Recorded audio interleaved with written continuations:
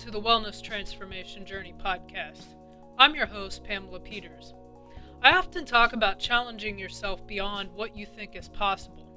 This is because our mind can play tricks on us and tell us that we are still the same person we were a year ago or more. When we have lived our whole life in one body and one body size, it's tough to adjust to the new you, especially from a physical perspective. Challenging ourselves to reach beyond what we thought was possible allows us to determine where we are, how far we've come, and how far we have to go. It's about experiencing new things, even something that seems really simple. To begin, let me share a story about myself. It may seem extremely minute, but testing boundaries is the best way to begin. Since dropping over 250 pounds, something I have mentally struggled with is adjusting to my size.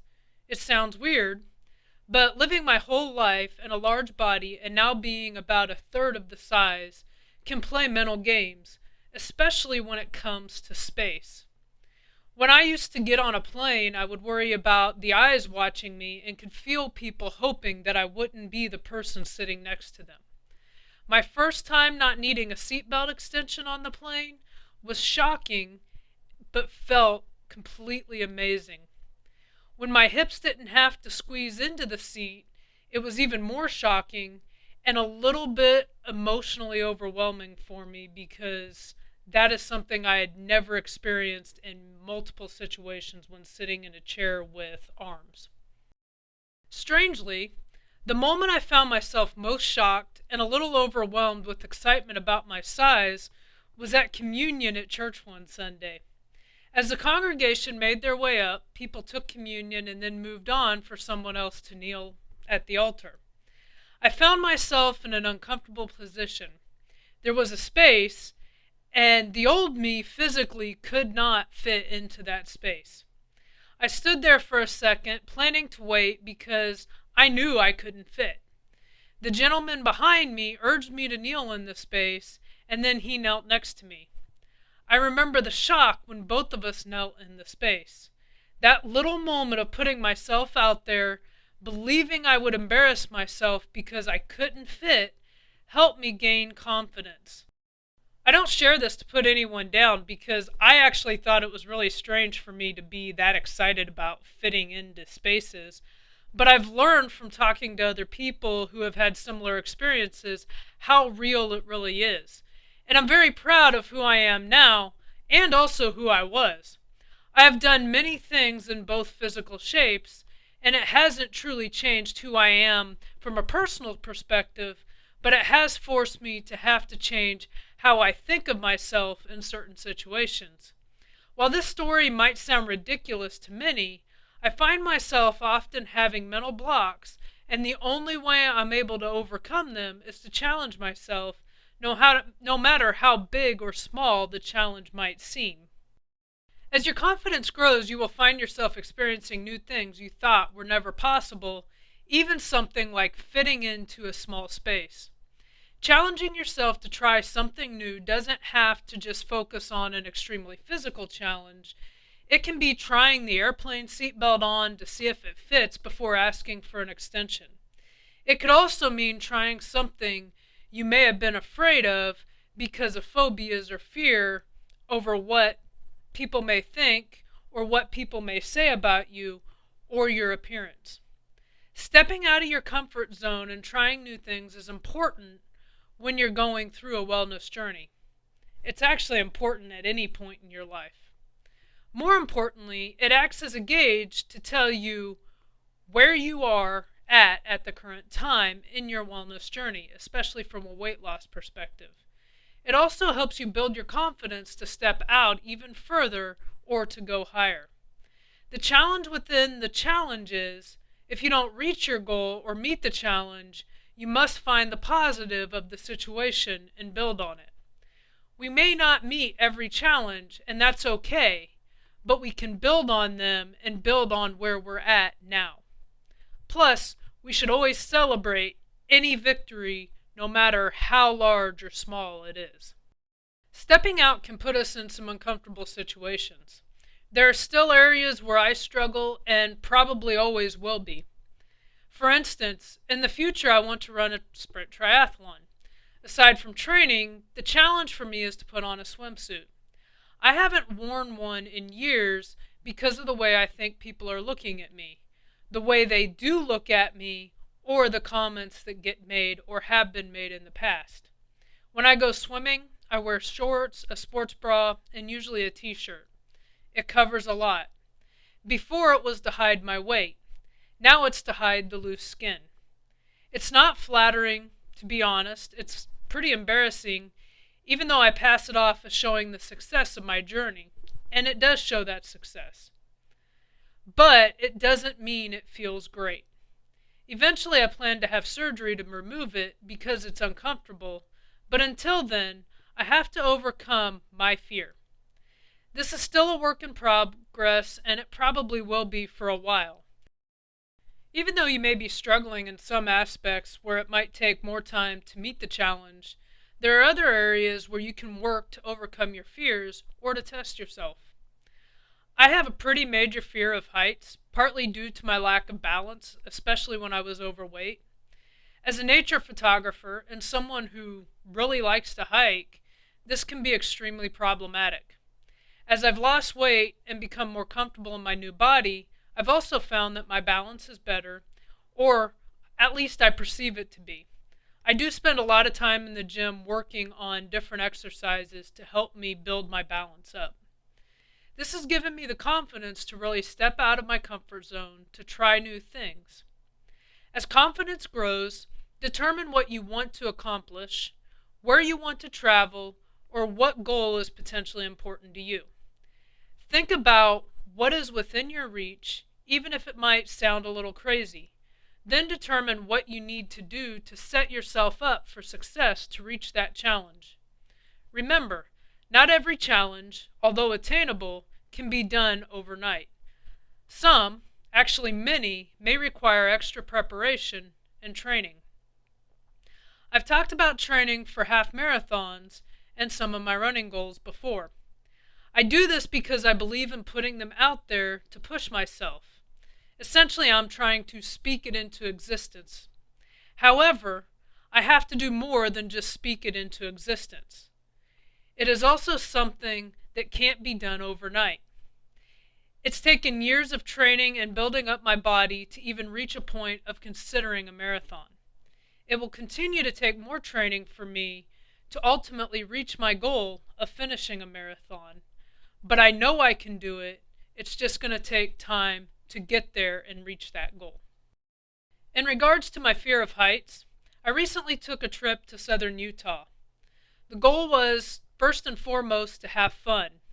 Visit some national parks I've either never been to before or only spent a few hours at, and to hike trails that have always been on my list to hike, but wouldn't have thought about attempting a few years ago. To some, these trails may not seem like a challenge, but for me, they would have been impossible a few years ago.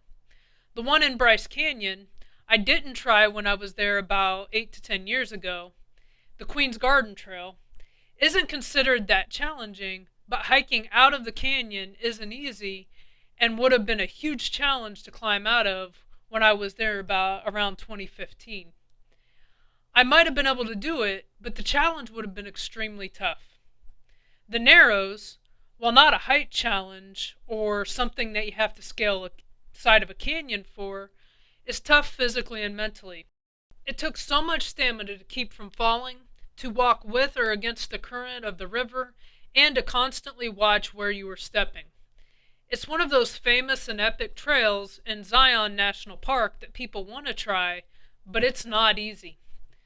With all that said, even hiking through the cold and wet for several hours, the experience and views were amazing.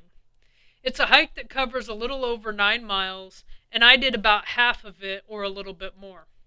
I had no plans to cover the whole hike, but now I have a new goal, which is to go back and hike the whole distance of the Narrows. I don't think not finishing the Narrows was a failure.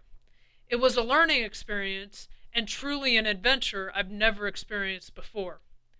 Now, I know what to expect and how to prepare when I go back to conquer the whole hike. The hike that I knew I was physically prepared for, but was not sure I was mentally ready for, was Scouts Lookout. I have no desire to hike Angel's Landing, which starts at Scouts Lookout. It's a dangerous trail that takes a lot of skill and definitely someone not fearful of heights. However, I wanted to see the trailhead and experience some of the view of being above the valley floor. The constant climb up to Scouts Lookout tested my stamina and my fear of heights. I can't tell you how many times I considered turning back because I was scared. But the urge to reach the top and the views kept me going. While I struggled with my fear of heights, I made it to Scouts Lookout, stood at the trailhead of Angel's Landing, and realized my next goal for Zion and my national park travels. I want to take the West Rim Trail that heads out from Scouts Lookout to see more of the valley from the top. But this time the experience was overwhelming and I wasn't ready. The experience was a mental and physical struggle, but the feeling of making it to the top was truly amazing. The hiking trip was a solo trip, but I still had people I was checking in with as a safety precaution. To be clear, I had several safety checks in place. The main one was letting my group know where I was heading before I hit the major trail, when I got off the trail, and in the evenings I would check in to let them know I was in my room and I was okay. Entering the Narrows worried me because I wasn't overly confident in myself and my ability to make it through. To be honest, I was extremely nervous. I thought I would fall in or I would get so exhausted that they would have to send someone to help me out. See, when I talk about being unsure about certain things, I still question some of my capabilities and my physical fitness. When I came out, I headed back to the lodge to change clothes, shower, and warm up. I also did my check-in. In the process, I celebrated the accomplishment of overcoming my mental blocks and not falling in. I also could not get over the beauty of the canyon. It was a definite chest-puffed-out moment for me. Hiking to Scouts Lookout is a lot of scaling steep climbs along the side of the canyon walls and looking over the valley. There's even a sign at the beginning of the trail that says something along the lines of "Not for those afraid of heights." The views, though, are out of this world, but it took me quite a while to deal with the height. I was actually worried about going down more than going up. The trail is steep. I had a minor injury to my big toe that hurt going downhill. And I had a maybe irrational fear, as it might be, of slipping and rolling down or off the side of the trail and the cliff. At some point, something flipped in my mind. On the way up, I realized I had traversed some of the steepest and hardest parts. It was a matter of going up. On the way back, I reminded myself that I made it up safely so I could go down safely. It would just take time because I was tired. Now I want to go back and I want to go further on the trail. The fear is still there, but my confidence in myself and my abilities has grown. Similar to the Narrows, when I got to a place where I had reception, I checked in and celebrated. The night before I was worried, but I really didn't tell anyone. I was going to give it a try no matter what. I did share that I wanted to make it to the Angel's Landing trailhead, and I also shared that I was worried about getting up Walter's Wiggles, 21 tight switchbacks straight up the side of the canyon wall. It's hard to explain the excitement I had when I reached the top and when I got back to the bottom. But I know the people on the other end of the text were aware, and they were extremely supportive. As you face, overcome, and create new challenges throughout your wellness journey, your confidence will grow. You'll begin to see yourself in a new light. You'll begin to understand yourself and your abilities better. Take pride in your accomplishments. If you don't reach your goal, use it as a moment to grow. Consider how far you made it to accomplishing your goal. What do you need to do the next time? What are the positives?